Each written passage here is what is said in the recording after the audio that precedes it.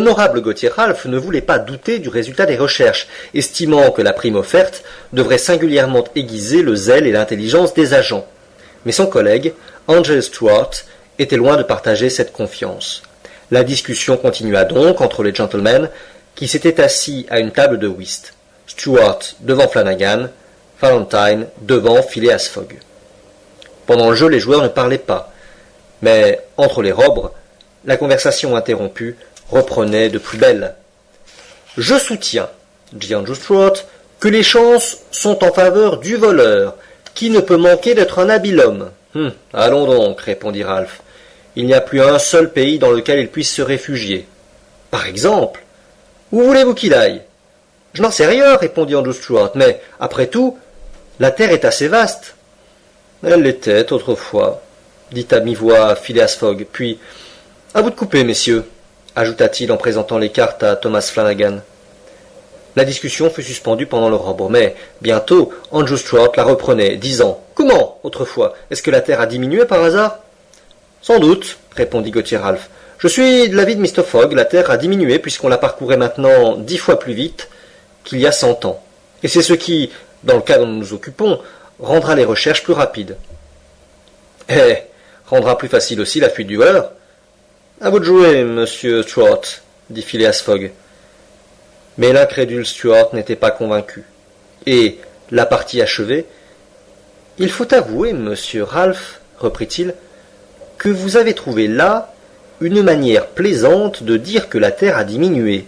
Ainsi, parce qu'on en fait maintenant le tour en 3 mois, en 80 jours seulement, dit Phileas Fogg. En effet, messieurs, ajouta John Sullivan, 80 jours, depuis que la section entre Rothal et Allahabad a été ouverte sur le Great Indian Peninsular Railway, et voici le calcul établi par le Morning Chronicle. De Londres à Suez, par le Mont-Cenis et Brindisi, railways et paquebots, 7 jours. De Suez à Bombay, paquebot, 13 jours. De Bombay à Calcutta, railway, 3 jours. De Calcutta à Hong Kong, paquebot, 13 jours. De Hong Kong à Yokohama, 6 jours. De Yokohama à San Francisco, paquebot, 22 jours. De San Francisco à New York, railroad, 7 jours. De New York à Londres, paquebot et railway, 9 jours, total, 80 jours. Oui, 80 jours, s'écria Andrew Stuart, qui par inattention coupa une carte maîtresse, mais non compris le mauvais temps, les vents contraires, les naufrages, les déraillements, etc. Tout compris, répondit Phileas Fogg en continuant de jouer, car cette fois, la discussion ne respectait plus le whist. Même si les hindous ou les indiens enlèvent les rails, s'écria Andrew Stuart, s'ils arrêtent les trains, pillent les fourgons, scalpent les voyageurs. Tout compris, répondit Phileas Fogg, qui, abattant son jeu, ajouta 2 à tout mettre. Andrew Stuart, à qui c'était le tour de faire, ramassa les cartes en disant « Théoriquement, vous avez raison, monsieur Fogg, mais dans la pratique aussi, monsieur Stuart. Je voudrais bien vous y voir. Il ne tient qu'à vous.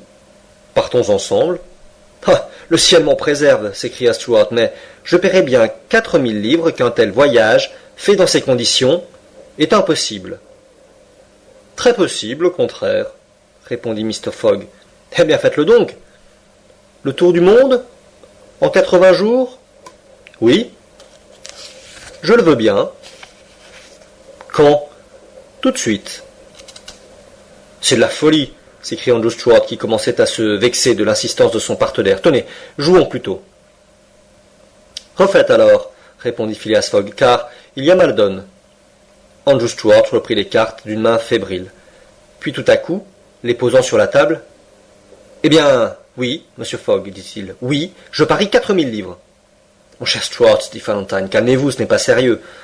Quand je dis je parie, répondit Andrew Stuart, c'est toujours sérieux. »« Soit, dit Mr. Fogg, puis, se tournant vers ses collègues, « J'ai 20 000 livres, déposés chez Baring Frères. Je les risquerais volontiers. »« 20 000 livres ?» s'écria John Sullivan. « 20 000 livres qu'un retard imprévu peut vous faire perdre. »« L'imprévu n'existe pas, répondit simplement Phileas Fogg. Mais, monsieur Fogg, ce laps de 80 jours n'est calculé que comme un minimum de temps. Un minimum bien employé suffit à tout. Mais Pour ne pas le dépasser, il faut sauter mathématiquement des railways dans les paquebots et des paquebots dans les chemins de fer. Je sauterai, mathématiquement. C'est une plaisanterie. Un bon Anglais ne plaisante jamais quand il s'agit d'une chose aussi sérieuse qu'un pari, répondit Phileas Fogg. Je parie 20 000 livres, contre qui voudra, que je ferai le tour de la Terre en 80 jours ou moins, soit 1920 heures ou 115 200 minutes. Acceptez-vous? Nous acceptons, répondirent Mr. Stuart, Follingen, Sullivan, Flanagan et Ralph, après s'être entendus. Bien, dit Mr. Fogg. Le train de Douvres part à 8h45. Je le prendrai. Ce soir même? Demanda Stuart.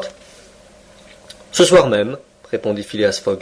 Donc, ajouta-t-il en consultant un calendrier de poche, puisque c'est aujourd'hui mercredi 2 octobre, je devrais être de retour à Londres, dans ce salon même du Reform Club, le samedi 21 décembre, à 8h45 du soir, faute de quoi les 20 000 livres déposés actuellement à mon crédit chez Baring Frères vous appartiendront de fait et de droit, messieurs. Voici un chèque de pareille somme. Un procès-verbal du pari fut fait et signé sur le champ par les 6 co-intéressés. Phileas Fogg était demeuré froid. Il n'avait certainement pas parié pour gagner et n'avait engagé ses 20 000 livres, la moitié de sa fortune, que parce qu'il prévoyait qu'il pourrait avoir à dépenser l'autre pour mener à bien ce difficile, pour ne pas dire inexécutable projet. Quant à ses adversaires, eux, ils paraissaient émus, non pas à cause de la valeur de l'enjeu, mais parce qu'ils se faisaient une sorte de scrupule de lutter dans ces conditions. 7 heures sonnaient alors. On offrit à Mr. Fogg de suspendre le whist afin qu'il pût faire ses préparatifs de départ. « Je suis toujours prêt, » répondit cet impassible gentleman, et donnant les cartes, « Je retourne carreau, dit-il. À vous de jouer, monsieur Stuart. »